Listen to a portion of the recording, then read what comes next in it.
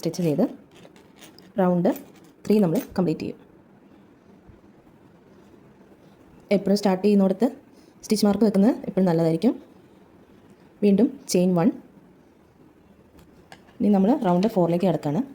Round 4ൽ pattern 1 1 1 2 1 1 2 ഒന്നുകൂടി 1 1 2 1 1 1 2. അതായത് ആദ്യത്തെ 3 സിംഗിൾ ക്രോഷേ, നാലാമത്തേൽ ഡബിൾ സിംഗിൾ ക്രോഷേ, പിന്നെ നെക്സ്റ്റ് 3 സിംഗിൾ ക്രോഷേ വീതം. അടുത്ത് വരുന്നത് വീണ്ടും double crochet, double single crochet.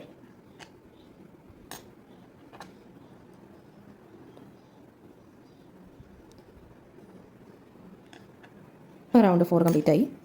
Slip സ്റ്റിച്ചും കൂടി ചെയ്ത് കഴിഞ്ഞാൽ റൗണ്ട് 4 കംപ്ലീറ്റ് ആയി. ഇനി അടുത്ത റൗണ്ട് 5 ചെയിൻ 1. ഇതിൽ ആദ്യത്തെ 4 ലൂപ്പിൽ ഓരോ സിംഗിൾ ക്രോഷേ വീതവും, അഞ്ചാമത്തെ ലൂപ്പിൽ 2 സിംഗിൾ ക്രോഷേ. ആ പാറ്റേൺ ഫോളോ ചെയ്യാം.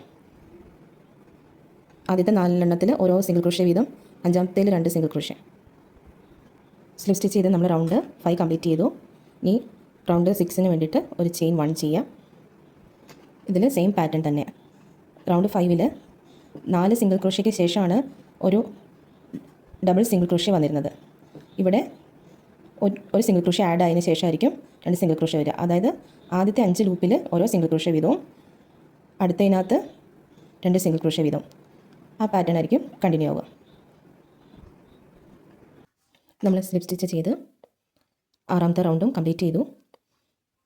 ഇനി 7ാമത്തെ റൗണ്ടിന് ചെയിൻ 1 ചെയ്യാം. 7ാമത്തെ റൗണ്ടിൽ എല്ലാ ലൂപ്പിലും ഒരു സിംഗിൾ ക്രോഷേ വീതം മാത്രം. എന്നിട്ട് ഇവിടെ ലാസ്റ്റ് സ്ലിപ്പ് സ്റ്റിച്ച് ചെയ്യുക, ചെയിൻ 1 ചെയ്യുക. റൗണ്ട് 9ൽ ആ ചെയിൻ 1 ചെയ്തതിന് ശേഷം വീണ്ടും എല്ലാ ലൂപ്പിലും ഒരു സിംഗിൾ ക്രോഷേ വീതം മാത്രം. ആ 2 റൗണ്ട് കംപ്ലീറ്റ് ചെയ്തിട്ട് നമുക്ക് കാണാം. അപ്പം നമ്മൾ സ്ലിപ്പ് സ്റ്റിച്ച് ചെയ്ത് റൗണ്ട് 9 കംപ്ലീറ്റ് ചെയ്തു. ഇനി ചെയിൻ 1 ചെയ്യണം. ഇനി ഇതിൽ ടെക്നിക്ക് കുറച്ച് വ്യത്യാസമുണ്ട്, അതുകൊണ്ട് കാണിക്കുകയാണ്. ആദ്യത്തേൽ ഒരു സിംഗിൾ ക്രോഷേ, രണ്ടാമത്തേൽ ഒരു സിംഗിൾ ക്രോഷേ, മൂന്നാമത്തേലും ഒരു സിംഗിൾ ക്രോഷേ. മാർക്കർ വെക്കാൻ മറക്കണ്ട. നാലാമത്തേലും ഒരു സിംഗിൾ ക്രോഷേ, അഞ്ചാമത്തേൽ